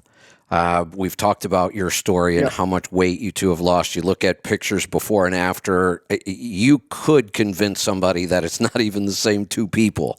That's how drastic the change was with you guys. Both of you look just amazing now. We've talked about this idea of, habits and then what we call keystone habits. That there are certain habits and certain things in your life that when you change them, they tend to be core enough to your whole life that other things start to get better as well. That sounds like what's been going on with you two. Yeah, I would say it definitely changes you when you feel healthier, you feel happier. You just stay focused on the better side of life. You do good comes back to you. Yeah, you feel better, your attitude is better, you have more energy. So we really think health is probably the keystone habit. Change health and a lot of other things tend to follow and improve. Absolutely, I agree with that. Well, congratulations. Great stuff. Hey, I'm going to cut you loose today because we've just got to wrap this up, but thanks for sharing that. Man, I just love seeing those numbers. Let's go to Kansas. Bob, you get the final word today. Hey, I just heard this, you can buy stuff for health, through your SHA. And I was just curious, what would the steps be to maybe get a cold tub? Because they're so dang expensive. And I feel like this is all your fault. You got me started on cold showers and stuff, and now I'm totally addicted to it. And now I loved it. And I have a cold tub I've set up myself, but it's kind of hard to maintain it, and it's just on the weekends I have time to do it. Right. And I think it'd be so cool to have one that would just be all taken care of itself. But how would you do it to get it to pay? So I tend to be more of a risk taker. I tend to have a lot of risk tolerance. I've dealt with the IRS for years. I've been through audits with them. So I'm not, I kind of understand that process. I would take this approach, and it's not the best approach, but, and like I said, Travis is pretty aggressive on stuff like this. If we can make an argument, you could go out and try to find a practitioner, a functional medicine doctor, or somebody to write you a prescription for it. And if they do that, then it basically becomes deductible on an HSA. I wouldn't even bother. If I wanted one, I'd just go buy one and write it off through my HSA and worry about it later. This stuff gets audited so rarely anyway that I just really wouldn't even worry about it. I would just do it and pay for it through my HSA and be done with it. Let them figure it out later. Me and the wife have been going back and forth. We've already spent a bunch of money on our patio cover and all that. And I was like, I want this really bad. And she's like, no, this is the limit. Yeah. Got a budget. She's sticking to it, and I'm like, oh, please. But now I got this one little, we can save some tax money. That's Maybe right. she'll let me do it that I way. would just do it. I would just buy it and pay for it through my HSA, and I'll deal with it later. And the odds that I'll ever have to deal with it are pretty small anyway. I'm doing it. I'm going to do it. I There you love go. it. Hey, have a great day, Kevin. There you go. Thanks for the call. Bye-bye. All right, I am going to wrap this up right on time. Look at that, 9:59. I'm going to wrap this up, and Rolling Toe is going to launch here in probably 5 minutes or less. So we just have some background stuff. I got to close one show, open another show. Mike and Kevin Beckett are standing by and waiting. So we're going to make that transition right now. I will see you back here tomorrow. I do know that Joel is confirmed. John's a maybe. He's still in Daytona doing race stuff. So we'll see. But we will be back here tomorrow for a free-for-all technology and efficiency show. We'll see you then. Be safe, be profitable, be fit and healthy. Always do the hard work and master the journey.